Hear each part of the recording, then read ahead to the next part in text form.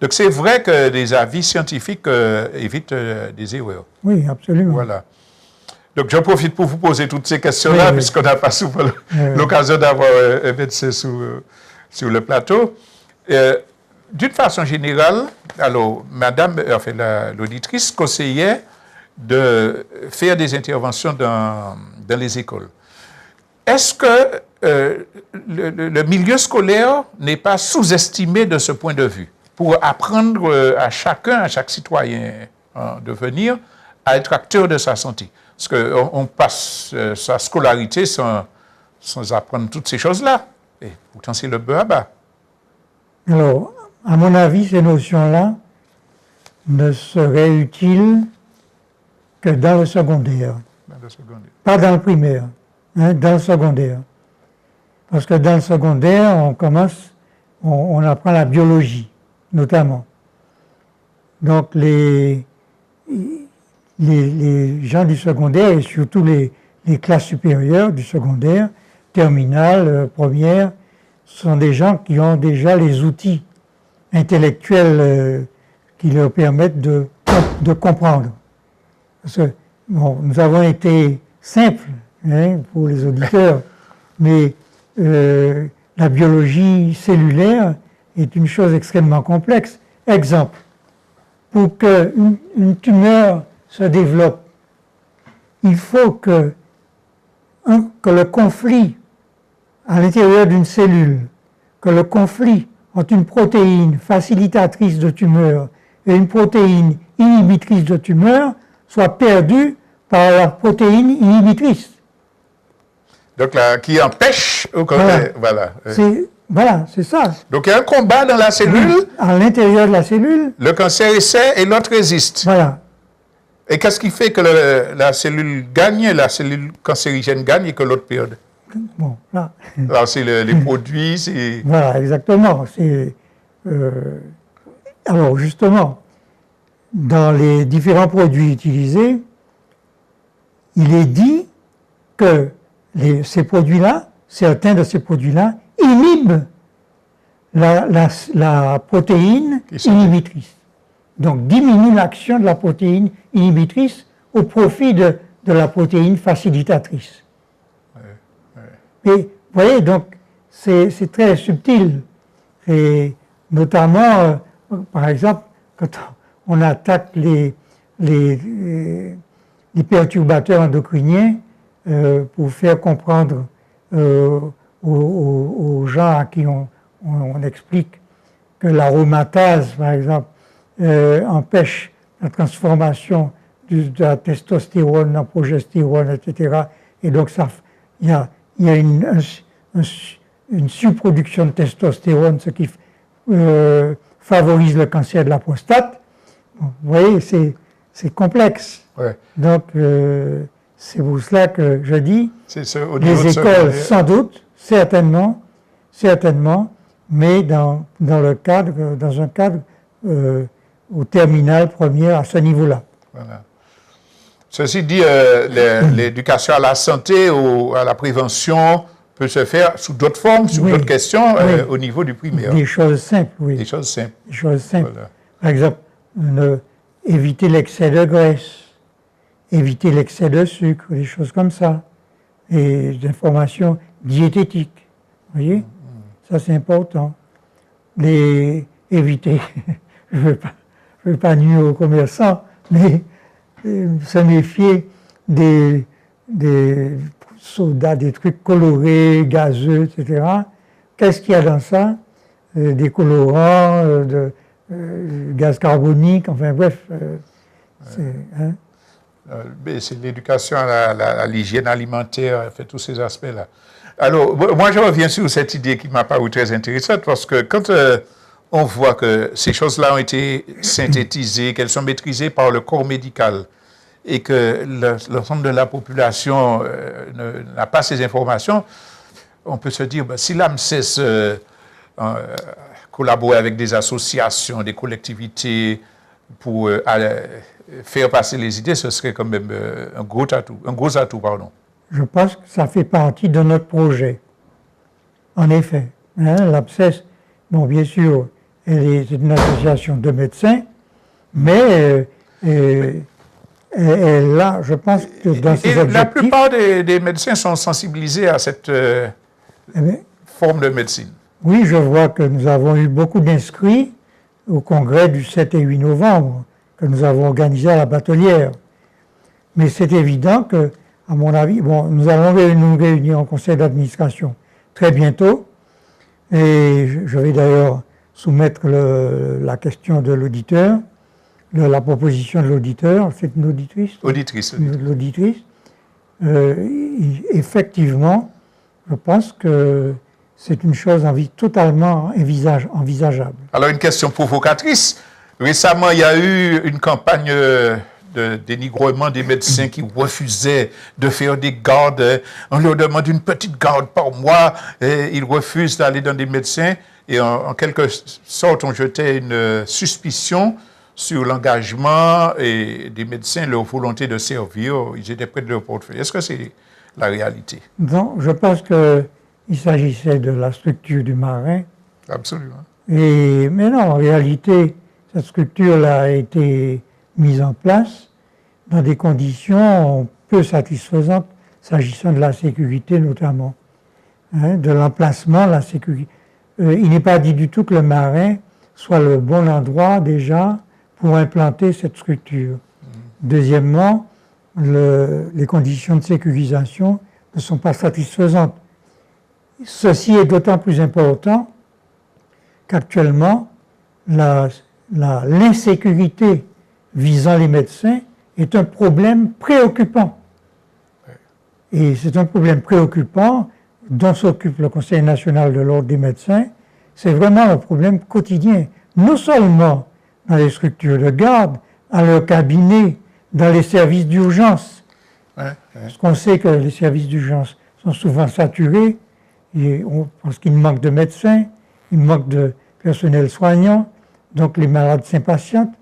Il n'est pas acceptable que les malades restent dans des services d'urgence 4-6 heures sans avoir été examinés, sans qu'on ait une décision à leur sujet. Ce n'est pas acceptable. Bon, il y a donc de l'énervement. Et qui se manifeste contre les médecins qui ne sont absolument pas responsables. Les médecins et les soignants, et tout le personnel des services d'urgence. Donc c'est bien une question de dialogue entre les partenaires, de décisions peut-être imposées à la hâte, qui explique le refus de certaines gardes. Voilà, il y a une anomalie bien, je dirais, peut-être bien française, c'est l'espèce de dualisme entre l'administratif et l'homme de terrain. Vous voyez, l'administratif va décider de quelque chose sans demander son avis à l'homme de terrain. C'est absurde. Hein? Et donc, on aboutit souvent à des aberrations, et donc, aberrations, résistance, etc. Voilà. Nous n'avons eu qu'un appel aujourd'hui. Les téléspectateurs doivent écouter. 48 44 25, il ne nous reste que 10 minutes d'émission. Donc, si vous souhaitez intervenir ou poser une question, c'est maintenant qu'il faut le faire. 48 44 25, en attendant, nous continuons à converser, à nous enrichir des explications du docteur Victor Joachim, donc, qui est membre de l'AMSES, Association médicale de sauvegarde de l'environnement et de la santé. Donc voilà.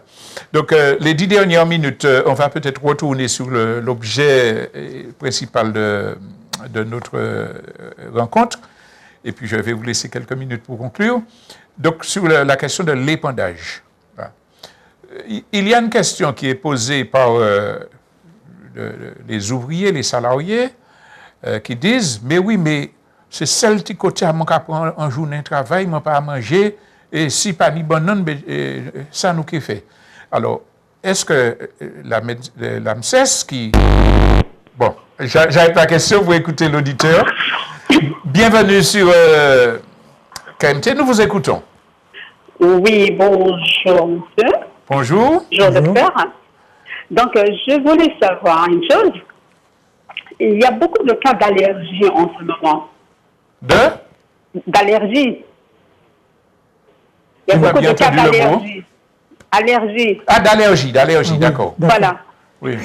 Alors, je voulais savoir si c'est dû à l'épandage, n'est-ce pas? Mhm. Et bon, et savoir comment ça se fait qu'on autorise quelque chose qui est interdit par l'Union européenne, apparemment. Mhm. Et est-ce que c'est un mépris pour nous, pour le peuple martiniquais et guadeloupéen d'ailleurs, qui subissons la même chose? Mhm. Et on a quelqu'un, quel est le recours à ce que cela cesse? Et puis, je vais dire s'attaquer, mais intervenir au niveau de la base, qui est la préfecture, donc le préfet qui autorise cela. D'accord. Voilà. Merci de la question. On va vous répondre. Merci d'avoir beaucoup. appelé. Alors, Voilà, madame, c'est une excellente question. Je vais vous dire pourquoi. C'est parce que cela rejoint notre préoccupation concernant l'environnement. Alors, tout produit peut être allergisant. Tout produit. Bon. Alors, chaque produit a sa spécificité concernant sa nature et spécificité concernant le terrain sur lequel il va provoquer les lésions. Bien. Alors, s'agissant des produits dont nous parlons, on sait qu'ils sont irritants, notamment pour la peau. Mais pour répondre plus directement à votre question concernant l'allergie, effectivement, les maladies allergiques ont augmenté considérablement. Et il a été démontré que les particules émises par les moteurs diesel servent de vecteurs aux allergènes pour faciliter leur pénétration dans les voies respiratoires. Ça a été démontré. Autrement dit, les moteurs diesel, bon, bien sûr, le gouvernement français, par sa fiscalité, que je dirais absurde, a favorisé l'utilisation des moteurs diesel, mais c'est, s'agissant de l'environnement, c'est une catastrophe. Donc, on a vu apparaître donc une augmentation considérable des maladies allergiques, notamment respiratoires. oui. Alors, sur la deuxième partie de la question, je pense qu'on a déjà répondu au début d'émission. C'est pour essayer d'arrêter les dérogations, c'est les procédures judiciaires, c'est les médias, c'est la mobilisation de la population. Donc, on revient rapidement sur notre question. Comment l'AMSES reçoit cette argumentation de l'ouvrier agricole qui dit « Moi, il pète journée de travail ». Qu'est-ce que, en tant que médecin, vous dites à l'ouvrier agricole qui donne cet argument? Alors, il faut qu'il choisisse sa santé, son travail.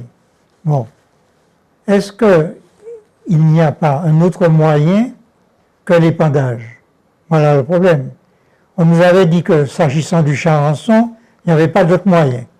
N'empêche qu'on a supprimé le chlordécone et on a trouvé d'autres moyens.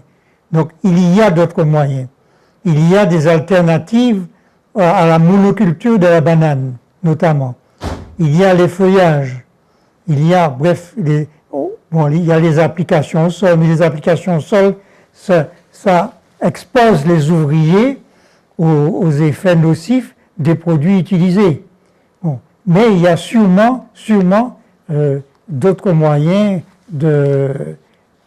parce que c'est sûr que les champs de bananes réalisent un microclimat qui favorise les cercosporioses, enfin les mycoses, quoi. Donc il y a sûrement d'autres moyens. Mais ces autres moyens-là, ceux que l'on connaît en tout cas, nécessiteraient l'utilisation de davantage de main-d'œuvre, ce qui arrange les ouvriers, qui devrait arranger les ouvriers, pas forcément les patrons, mais les ouvriers. Ouais, voilà. Il nous reste 4 minutes d'émission, donc nous allons arriver à la phase conclusion. Alors, qu'est-ce que vous souhaiteriez dire, sur quoi vous êtes interrogé, quel message vous voulez donner à la population sur l'épandage ou plus généralement?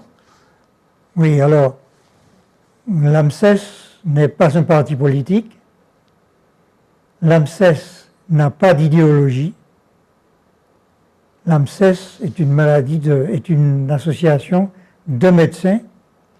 La mission que nous nous sommes donnée, c'est de prévenir les maladies, de les soigner, donc prévenir les maladies, donc d'informer, de soigner les maladies, de prolonger la vie au maximum,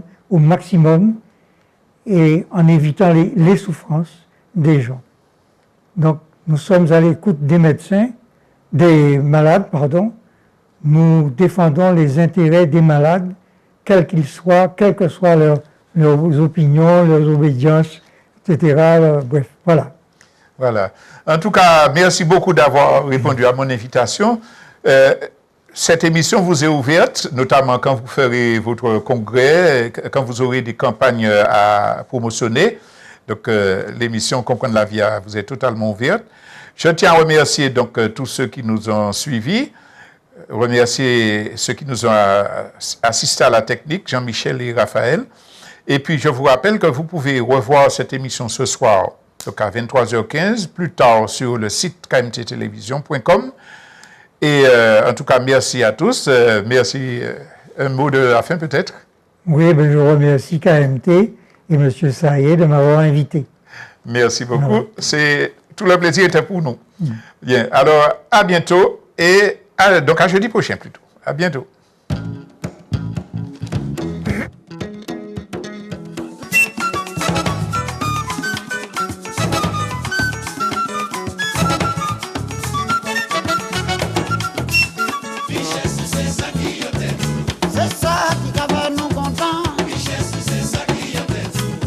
Senti que nous blindons.